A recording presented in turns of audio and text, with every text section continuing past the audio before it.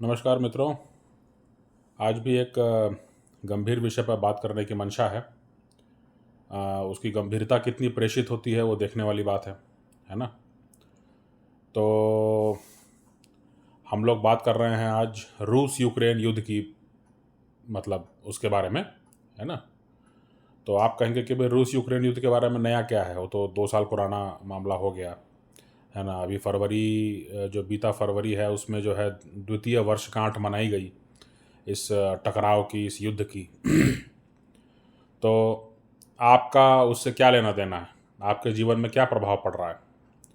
मेरे ख्याल से मैंने पहले वीडियो नहीं बनाया है लेकिन लेख लिखा है इस बारे में कि यूक्रेन जो है वो एक बहुत बड़ा गेहूं उत्पादन का केंद्र है ना। वहाँ पे काली मिट्टी जो जो जो एक अच्छी उर्वर मिट्टी मानी जाती है गेहूं उत्पादन के लिए, और भी सोयाबीन वगैरह जो उत्पादन के लिए जो है वो काफ़ी बड़ी मात्रा में पाई जाती है। और वहाँ पे कॉरपोरेट फार्मिंग के बहुत ज़बरदस्त वहाँ मौके हैं। और आम आम आदमी जो है, जो दुनिया भर में आम आदमी है, वो जो है वो ये जो स्मार्टफ़ोन है, और स्मार्टफ़ोन में कौन सा ब्रांडेड फ़ोन हम ले लें, और उसके अलावा जो है कौन से कपड़े हम ले लें, और उसके अलावा जो है अपने मोबाइल में नए नए प्रकार के ऐप्स जो हैं वो भरे जा रहे हैं, है ना। आम लोग उसके बारे में बात कर रहे हैं। आम लोग इसके बारे में बात कर रहे हैं कि जो है हम कौन से ऐप में जो है ज़्यादा ज़्यादा सुंदर लगेंगे, कौन से ऐप में ज़्यादा अच्छे फ़िल्टर्स हैं, है ना। इसके बारे में लोग लगे हुए हैं। लेकिन जो दुनिया भर के जो बड़े बड़े लोग हैं वो अन्न के बारे में बात कर रहे हैं, अनाज के बारे में बात कर रहे हैं। दुनिया में जो है वो अन्न उत्पादन, अन्न की सुरक्षा, अन्न पर नियंत्रण की बात हो रही है ना। तो इसलिए जो है यूक्रेन का युद्ध जो है वो अपने आप में बहुत मायने रखता है। और रूस और यूक्रेन दोनों जो हैं वो दुनिया के बड़े गेहूं उत्पादक हैं। और दुनिया भर में जो है गेहूं की उपलब्धता के लिए जो है यहाँ पर शांति ज़रूरी मानी जाती है। भारत जो है, मुझे लगता है कि जो जो जो सनफ्लावर तेल होता है वो भी मेरे ख्याल से बड़े पैमाने पर यूक्रेन से मंगाया करता था। लेकिन जब युद्ध शुरू हुआ तो उसके बाद में कुछ बाधित हुआ सप्लाई।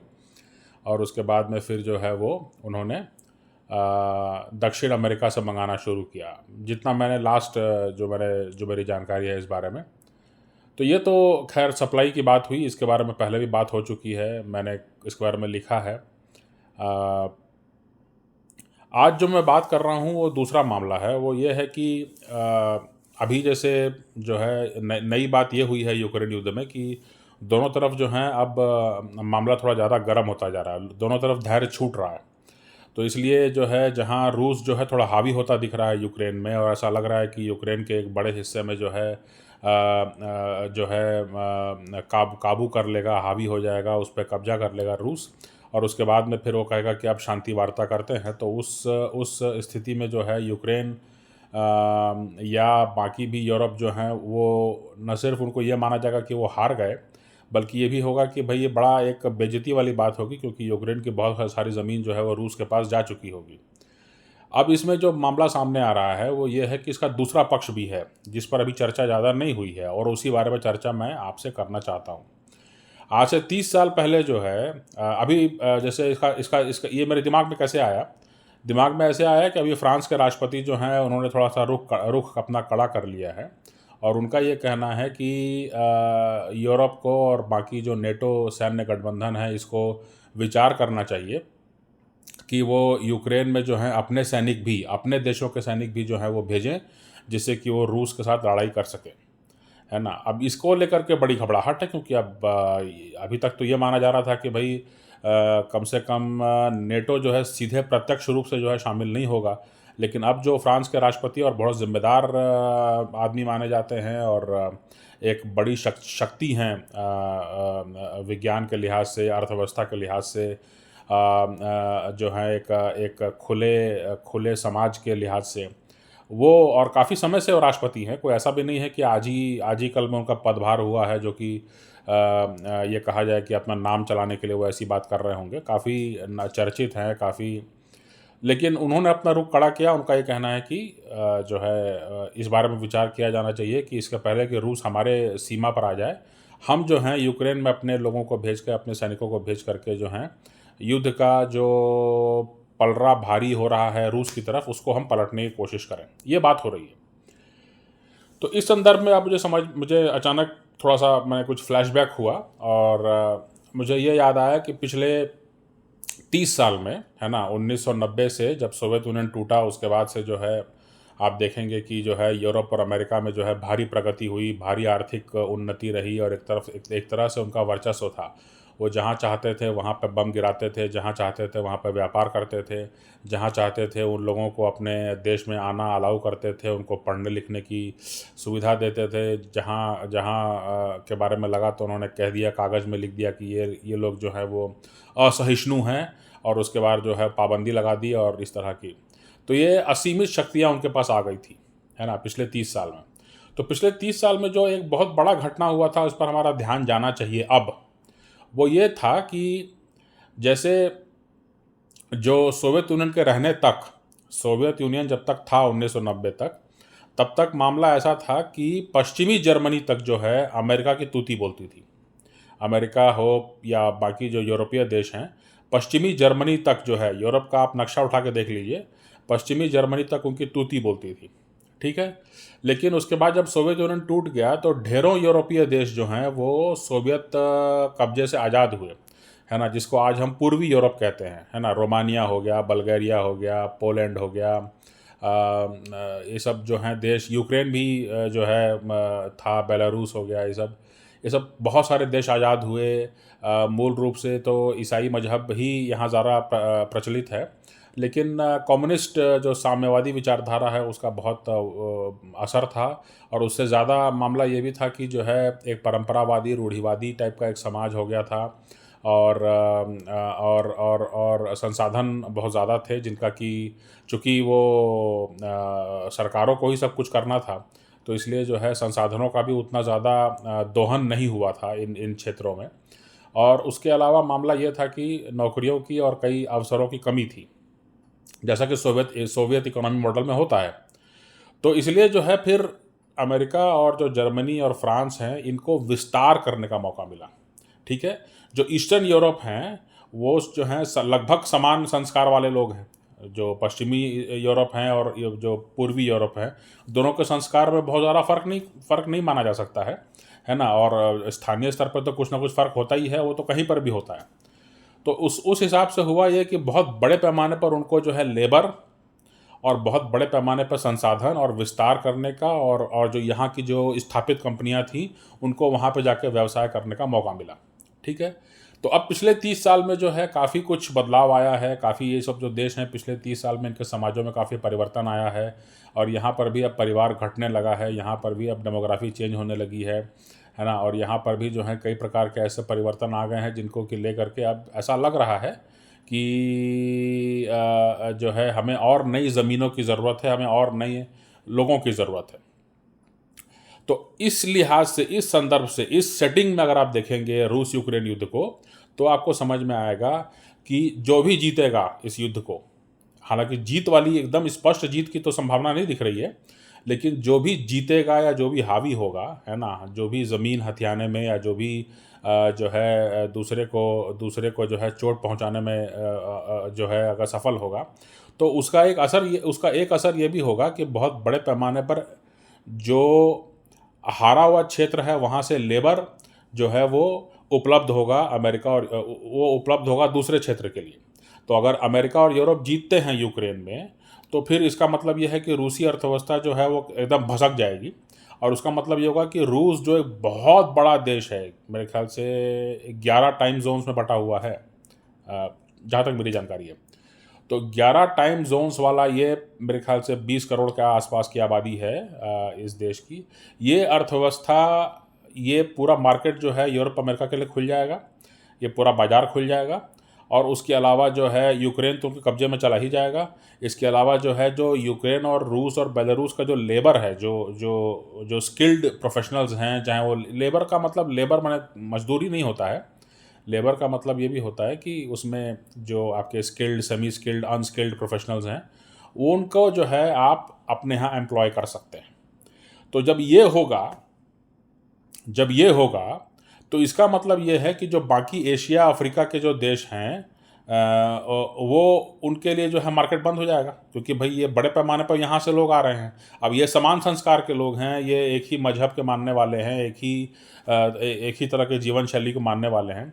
तो इनको हम अगर अपने यहाँ बुला करके अगर हम इनको ठीक से सिखाएं पढ़ाएं, तो ये हमारे समाज में बेहतर सम्मिलित हो सकते हैं। ऐसा उनका सोचना होगा, अमेरिका और यूरोप का। तो ये एक बहुत बड़ा कारण है। ठीक इसी तरह अगर रूस भी जो है वो यूक्रेन में जीत जाता है और यूरोप कमज़ोर होता है, तो फिर वहाँ पर भी जो है बहुत बड़े पैमाने पर पुनर्निर्माण की ज़रूरत होगी, वहाँ पर भी बहुत बड़े पैमाने पर जो है आबादी की ज़रूरत होगी, आज भी है। तो इसलिए जो है फिर वो भी इसी तरह की बात होगी कि वो भी जो है कहेगा कि अब हमारे यहाँ आकर के आप काम कीजिए और हमारी अर्थव्यवस्था को आप उसको लाभ पहुँचाइए, और उनको अपने समान संस्कार वाले, समान रूप में दिखने वाले लोग जो हैं उनको भी मिल सकेंगे। वो अपने देश में बुला करके उनको, और जो है उनको अपनी अर्थव्यवस्था में लगा सकेंगे। और लोगों में बहुत ज़्यादा माने कि एकरूपता ही रहेगी, है ना। समान संस्कार, समान मजहब के मानने वाले, है ना, एक तरह के दिखने वाले, बहुत ज़्यादा फ़र्क नहीं होगा, इस तरह की बातें होंगी। तो दोनों पक्ष जो हैं इस नज़रिए से भी जो हैं सोच ही रहे हैं कि अगर हम जीतते हैं तो हमारी अर्थव्यवस्था को जो नुकसान हुआ है पिछले कई सालों में, एक तो चीन के उदय के कारण, और दूसरा ये भी है कि आपस में लड़ाई, आपस में जो है तनाव टकराव, और हमारे यहाँ जो जो चली आ रही है व्यवस्था, उसके कारण जो है परिवार वाली व्यवस्था को जिस तरह से नुकसान हुआ है, उसको हम कहीं ना कहीं क्षतिपूर्ति कर पाएंगे यदि हम जो हारा हुआ जो हिस्सा है ना, वो भी हमारे ही जैसे लोग हैं, लेकिन हारा हुआ हिस्सा है, तो वहाँ से जो है लोगों को हम अपने यहाँ बुला पाएंगे, और हमारी कंपनियाँ वहाँ जाके जो है स्थापित हो पाएंगी, और हमारे लोग जो हैं वहाँ जाके प्रशासन और शासन की व्यवस्था को जो है वो संभाल पाएंगे। तो ये दोनों तरफ के लोग सोच रहे हैं। तो ये अगर ये वो सोच रहे हैं, तो इसका मतलब ये है कि कहीं ना कहीं जो बाकी एशिया और अफ्रीका के लोग जो सोच रहे हैं कि हम अमेरिका जा कर के और हम जो हैं यूरोप में जा कर के हम जो है काम करेंगे, और हमारे को जो है वहाँ मौके मिलेंगे, और वहाँ आबादी कम हो गई है ना, तो और वहाँ पर जो है अभी हमारे टैलेंट की ज़रूरत है, वहीं बस जाएंगे, वहीं शादी करेंगे, वहीं ये सब अगर सोच रहे हैं तो इस पर असर पड़ेगा। तो भारत सरकार को या एशिया की बाकी सरकारों को या जो है अफ्रीका की सरकारों को इस बारे में सोचना चाहिए। और चूंकि भारत अपने आप को ग्लोबल साउथ, यानी कि जो निम्न आय के जो देश हैं, निम्न आय वर्ग के जो देश हैं, इस गुट का अपने आप को नेता कहता है भारत।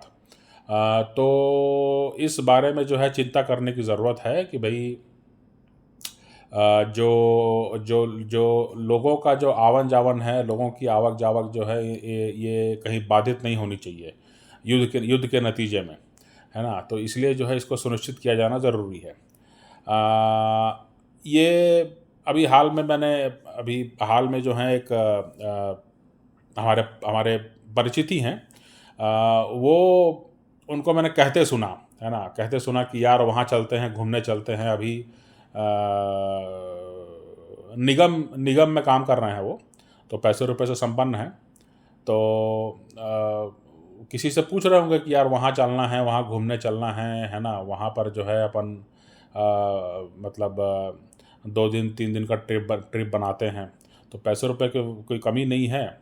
बच्चे जो हैं वो अपना पढ़ लिख गए हैं, एक लड़का शायद यूएस में है, तो उसी बारे में चिंता कर रहे थे, उसी बारे में वो मतलब डींग हाँक रहे थे कि भाई मेरे को तो अब क्या प्रॉब्लम है, मेरे को तो अब मैं जो है बच्चा जो है यूएस में सेटल कर जाएगा, और मैं यहाँ पर हूँ, तो मैं और तुम्हारी भाभी और हम लोग जो हैं मिलकर के सब जो है यहाँ वहाँ घूमना चाहते हैं, खूब घूमना चाहते हैं, जब तक जो है घूम सकें।